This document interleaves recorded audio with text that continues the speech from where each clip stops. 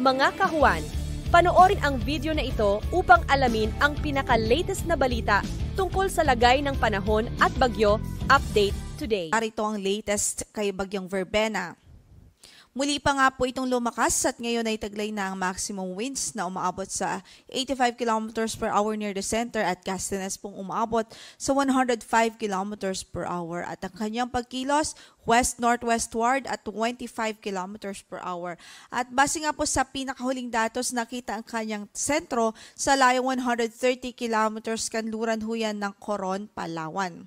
So sa ngayon, the worst is not yet over. Most of Palawan areas dahil apektado pa rin ito ang malaking bahagi ng Palawan ay apektado pa rin ng bagyong si Verbena maging ang ilang bahagi ng Occidental Mindoro. And even yung mga pag-ulan ay pwede pa rin maranasan sa natitirang bahagi pa o sa kanlurang bahagi ng Luzon at maging sa Western Visayas dahil nga po sa epekto nitong si bagyong Verbena. As of 2 a.m.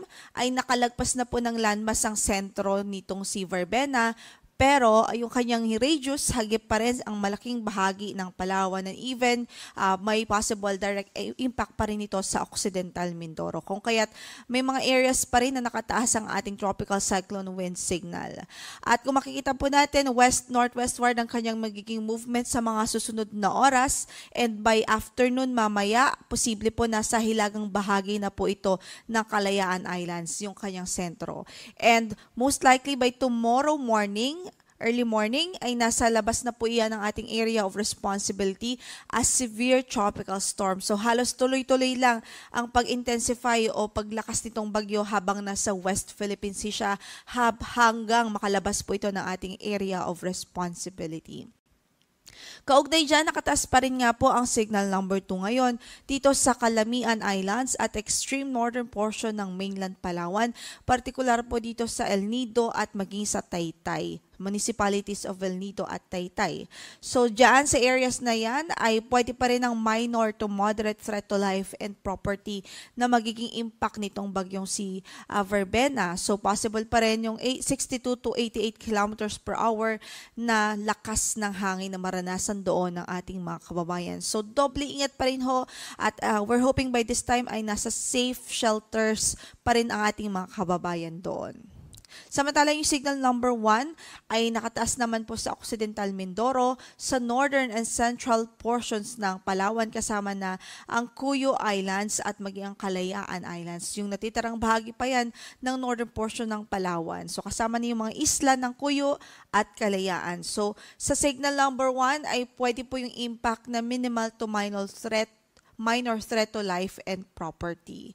So again, ito yung mga areas kung saan ay directly affected pa rin ho ng lakas ng hangin o yung pagbugso ng hangin dulot ni bagyong Verbena. Samantala, ito naman po yung mga areas kung saan ay wala pong signal na nakataas ngayon pero pwede pa rin makaranas ng paminsang-minsang pagbugso ng hangin na dulot ni bagyong Verbena. So for today, we will be expecting this for most parts of Luzon, sa Aklan, Antique, Capiz at maging sa Negros Occidental. And by tomorrow ay possible pa rin sa Batanes, Cagayan, Isabela, Cordillera Administrative Region, dito po sa Ilocos Region, Zambales, Bataan, Metro Manila, Cavite, Occidental Mindoro at maging sa Palawan.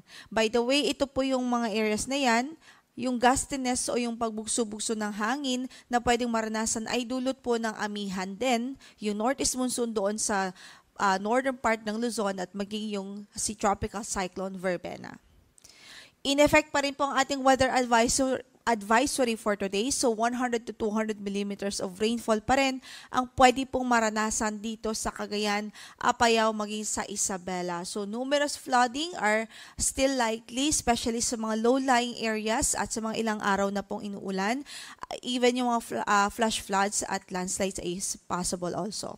Samantala dito naman sa Kalinga, Mountain Province, Ifugao, Nueva Vizcaya, Quirino, Aurora ay posible naman ng 50 to 100 millimeters of rainfall, epekto din po ng shear line. Samantala, 100 to 200 millimeters of rainfall din ang inaasahan pa rin natin sa araw na ito sa lalawigan ng Palawan, direktang epekto yan ni Verbena. At 50 to 100 millimeters naman dito po sa Quezon, Marinduque, maging sa Occidental at Oriental Mindoro. By tomorrow, possible pa rin po yung malakas hanggang sa matinding pagbuhos ng ulan dito sa Cagayan maging sa Apayao. Epekto po yan ng shear line. Samantala sa Kalinga at Isabela ay pwede pa rin ng 50 to 100 millimeters of rainfall dahil din po sa shear line. And by Friday, sa Cagayan Province naman ay pwede pa rin makaranas ng 100 to 200 millimeters of rainfall. Sa Cagayan Province po yan, epekto ng shear line, habang 50 to 100 millimeters of rainfall naman sa Apayao at maging sa Isabela. Meron pa rin tayong gale warning na nakataas ngayon sa Batanes, Cagayan kasama ang Babuyan Islands, sa Ilocos Norte, Ilocos Sur, La Union, Pangasinan, maging sa Palawan. Yan nga po ay epekto ng northeast monsoon at ng Tropical Cyclone Verbena.